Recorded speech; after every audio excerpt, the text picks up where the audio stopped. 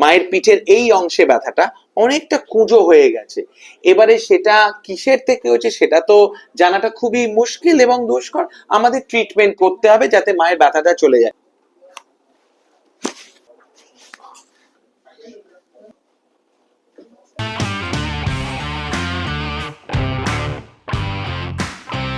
মা আমাদের এসছেন আন্দামান থেকে। হ্যাঁ, ঠিকই শুনেছেন। মা, আপনি কি পোর্ট ব্লেয়ারে থাকেন? হ্যাঁ, পোর্ট ব্লেয়ার থেকে আমাদের নৌকা করে অন্য আইল্যান্ডে যেতে হয়। আচ্ছা, কোথায় যেতে হয়, কোন জায়গায় থাকে? মিডিল আন্দামান। ও, মিডল আন্দামান। হ্যাঁ হ্যাঁ হ্যাঁ, বুঝেছি। আমাদের কিন্তু প্রচুর আন্দামান থেকে পেশেন্ট আসেন, মোস্টলি কিন্তু আমাদের পোর্ট ব্লেয়ার থেকে না আসেন, কিন্তু এই মা অন্য জায়গায় থাকেন, মিডল আন্দামানে। মা এসছেন অনেক কিছু জায়গার ব্যথা নিয়ে, ঘাড়ে, পিঠে, হাঁটুতে। তো আমরা এখন ফোকাস করেছি ঘাড় আর পিঠটা নিয়ে। তো মা, ঘাড় আর পিঠের ব্যথাটা কি করে শুরু হলো? আমি অনেক আগে একবার পড়ে গেছিলাম। কতটা মোটামুটি? চলন্ত বাইক থেকে? কতটা আগে পড়ে গিয়েছিলেন? প্রায় 1 বছর আগে। আচ্ছা মা, আপনি 1 বছর আগে বললেন চলন্ত বাইক থেকে পড়ে গিয়েছিলেন। এই ব্যথাটা তাহলে কবে শুরু হলো? প্রায় গত 6 মাস ধরে। 6 মাস ধরে হয়েছে। মা, যেদিন আমার কাছে আসলেন আপনি কনসালটেশনে, সেই দিন ঘাড়ে পিঠের ব্যথাটা 10-এ কত ছিল? 100%। 10-এ 100 ছিল? 10-এ 100 ছিল।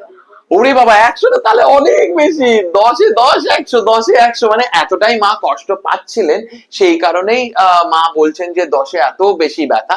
তো আমরা মায়ের দেখেছি এক্সরে, সেখানে দেখা গেছে যে মায়ের ঘাড়ে স্পন্ডাইলাইটিস আছে, স্পন্ডাইলোসিস বলা হয় সেটাকে। আর মায়ের পিঠটা কুঁজো হয়ে যাচ্ছে, এদিক দিকে আসলে বোঝা যাবে জিনিসটা। আমরা যদি মায়ের পিঠটা দেখি, মায়ের পিঠের এই অংশে ব্যথাটা অনেকটা কুঁজো হয়ে গেছে। এবারে সেটা কিসের থেকে হচ্ছে সেটা তো জানাটা খুবই মুশকিল এবং দুষ্কর। আমাদের ট্রিটমেন্ট করতে হবে যাতে মায়ের ব্যথাটা চলে যায়। তো আমরা ঘাড় এবং পিঠের ট্রিটমেন্টটা করছি।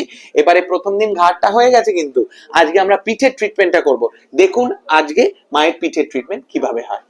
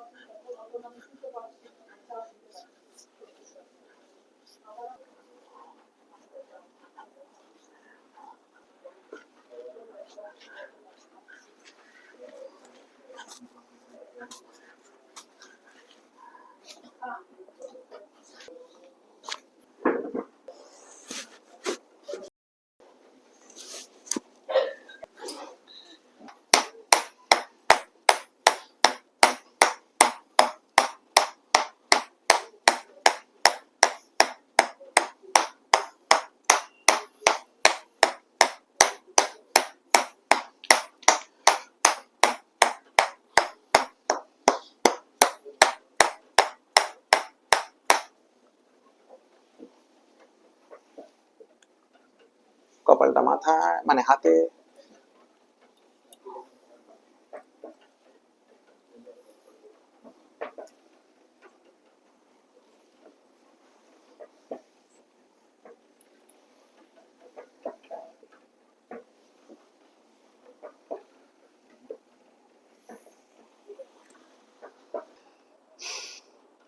মায়ের তো আমরা দেখলাম ট্রিটমেন্টটা, এবারে টেস্ট করে দেখা যায় মায়ের আর পিঠের ব্যথাটা আছে কিনা।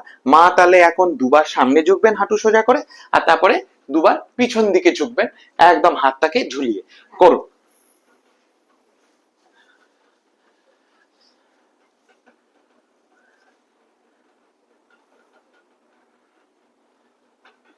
বাবা, মা তো অলিম্পিক জিমন্যাস্টে যাবে মনে হচ্ছে। মা, আর কি কোনো অসুবিধা বা ব্যথা কিছু? কোনো অসুবিধা নেই। কোনো অসুবিধা নেই, কোনো ব্যথা ট্যাথা কিছু করছে না। মা স্মাইল দিচ্ছে। মা কিন্তু তাহলে চলে যাবে টাটা বাই বাই আন্দামানে আবার, তাই না?